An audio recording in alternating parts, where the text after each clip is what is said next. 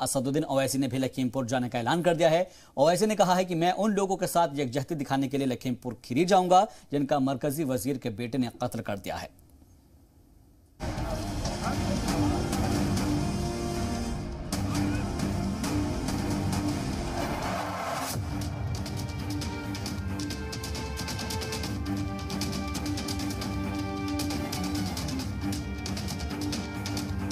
लखीमपुर खीरी के मामले को लेकर सियासत गर्म है।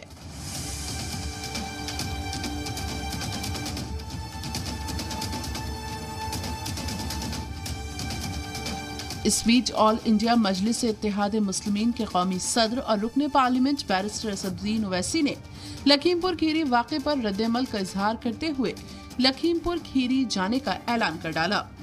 ओवैसी ने कहा है कि मैं उन लोगों के साथ यकजहती दिखाने के लिए लखीमपुर खीरी जाऊंगा जिनका मरकजी वजीर के बेटे ने कत्ल कर दिया है। देखिए, जब कभी भी इस तरह की सरकार की तरफ से कोई हरकत होती है जिससे इंसानों की जान चली जाती है, तो हमारी पॉलिटिकल हिस्ट्री है कि मुख्तलिफ पॉलिटिकल पार्टीज के नेता जाते हैं। क्यों जाते हैं? जाकर पीड़ित परिवार से उनके आंसू पोंछते हैं, उनको हिम्मत दिलाते हैं और इंसाफ की उम्मीद दिलाते हैं। मगर क्यों रोका जा रहा है? उन लोगों को रोकना नहीं चाहिए। हमारा भी इरादा है, हम यहाँ पर एक टीवी चैनल कॉन्क्लेव में आए, हम भी जाना चाहेंगे लखीमपुर खीरी को, ताकि उन लोगों के साथ ठहरे। भाई, आप कैसा दिन के उजाले में आप रोन देंगे गाड़ी से किसी को?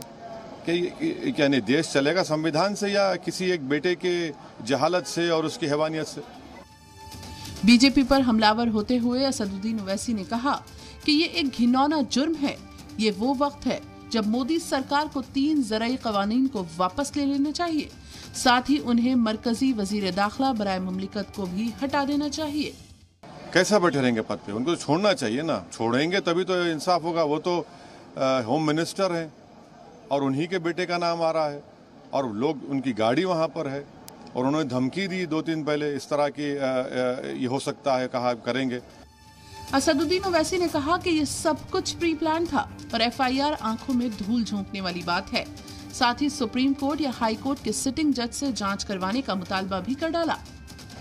ये जो पूरा वाकया हुआ है, ये पूरा प्री प्लान तरीके से हुआ है, क्योंकि थोड़े दिन पहले ही यूनियन मिनिस्टर ने अपनी स्पीच में इसका इशारा दिया और कहा कि 2 मिनट लगेंगे हमको, और वैसा ही हुआ। इसलिए हमारा डिमांड ये है कि किसी हाई कोर्ट सिटिंग जज के जरिए या फिर सुप्रीम कोर्ट के जज के तहत इसका मॉनिटरिंग इंक्वायरी हो ताकि इंसाफ हो सके।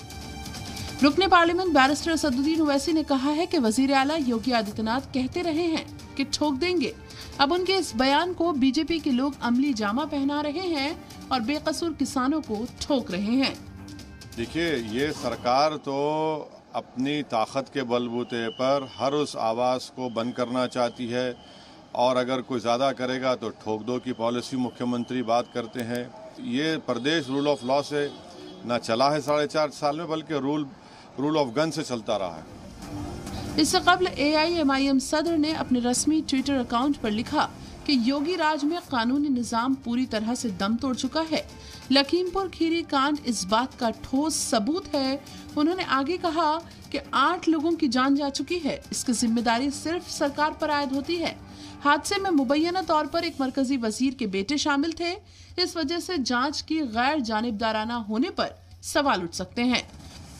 ये ट्रांसपेरेंट इन्वेस्टिगेशन नहीं होगा। ये सिर्फ ऑप्टिक्स के लिए, ये सिर्फ वक्त खरीदने के लिए और आंखों में धूल झोंकने के लिए इस तरह के FIR रजिस्टर किया गया है। गौरतलब है कि लखीमपुर खीरी में तशद्दुद के दौरान 4 किसानों, 3 बीजेपी कारकुनान और 1 सहाफी की मौत हो गई थी। हालांकि अब सरकार और किसान तंजीमों के बीच इत्तेफाक राय हो गई है। बता दें कि लखीमपुर खीरी में दफा 144 नाफिज है और सियासी जमातों के लीडरान के दौरे पर पाबंदी आयद है। ऐसे में ओवैसी वहां कैसे पहुंचते हैं, ये देखना होगा।